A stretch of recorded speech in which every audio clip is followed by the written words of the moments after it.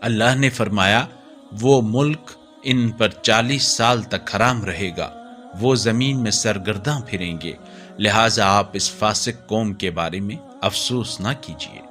اور آپ انہیں آدم کے دونوں بیٹوں کا حقیقی قصہ سنائیں۔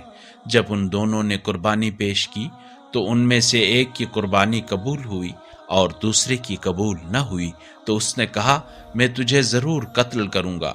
پہلے نے کہا اللہ تو صرف تقوی رکھنے والوں سے قبول کرتا ہے، اگر تو مجھے قتل کرنے کے لیے اپنا ہاتھ میری طرف بڑھائے گا تو میں تجھے قتل کرنے کے لیے اپنا ہاتھ تیری طرف بڑھانے والا نہیں ہوں۔